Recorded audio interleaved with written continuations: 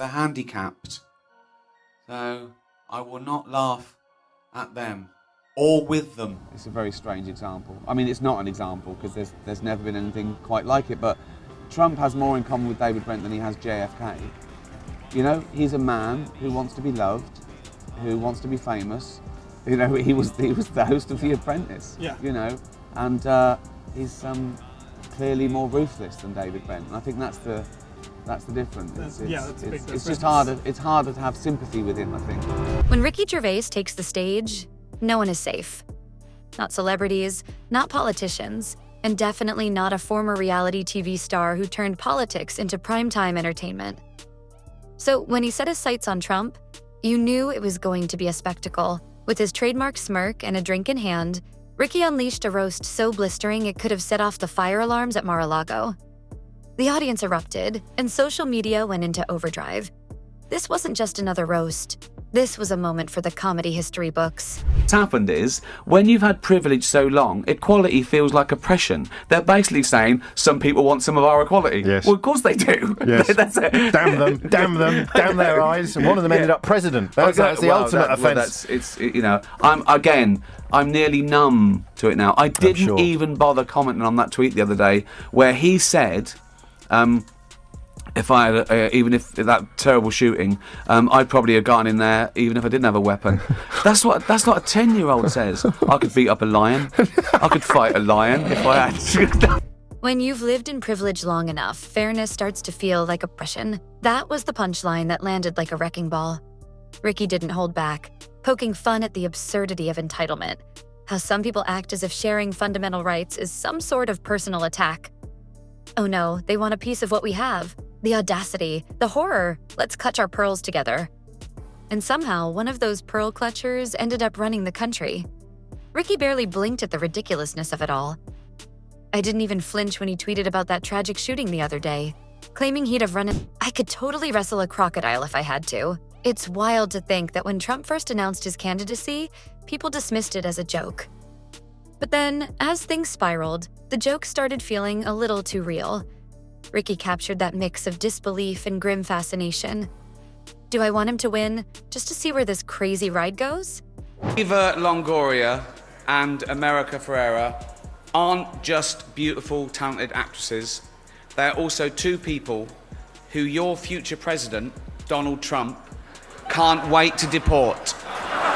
If you're enjoying, please like. Or do we hit the brakes before we crash and burn? Either way, it's like watching a slow-motion car wreck. You can't look away. He made it clear. This wasn't about politics. This was about the sheer absurdity of a man treating the presidency like it was another season of his reality show, bragging about his wealth as if that made him more qualified. Acting like the world owed him something just because he demanded it. From the second Ricky stepped onto that stage, the atmosphere changed. This wasn't the hushed tension of a political debate or the forced humility of a billionaire trying to relate to the masses. No, this was the kind of electric anticipation that builds when you know someone is about to say the things everyone's been thinking, but no one else dares to say. Eva Longoria and America Ferrera, two brilliant, talented actresses. And coincidentally, two people your future president probably wanted to deport.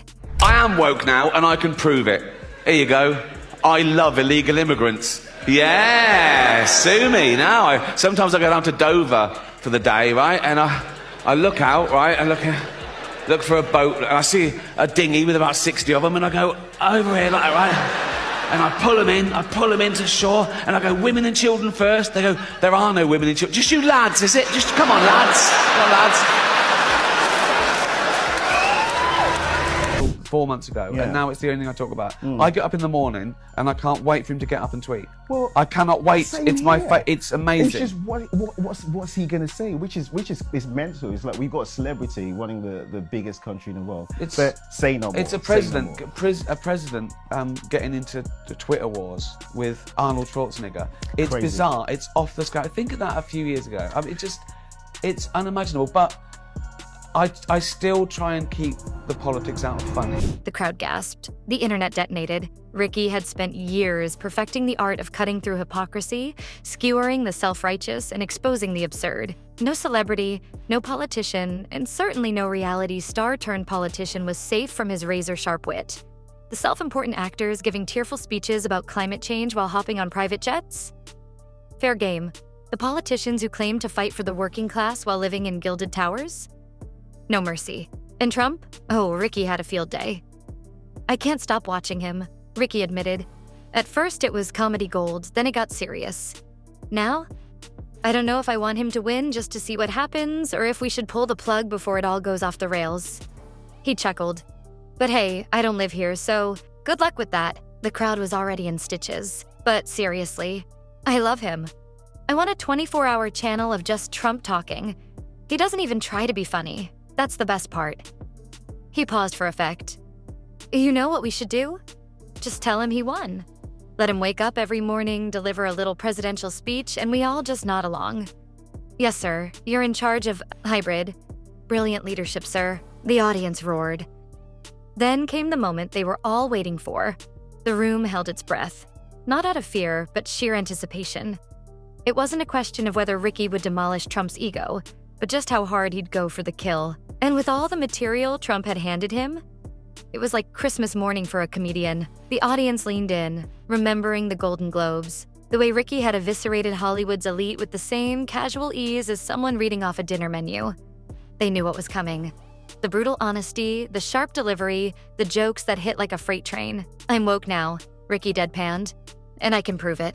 I love illegal immigrants. Sue me, the audience howled. Sometimes I go down to Dover just for fun.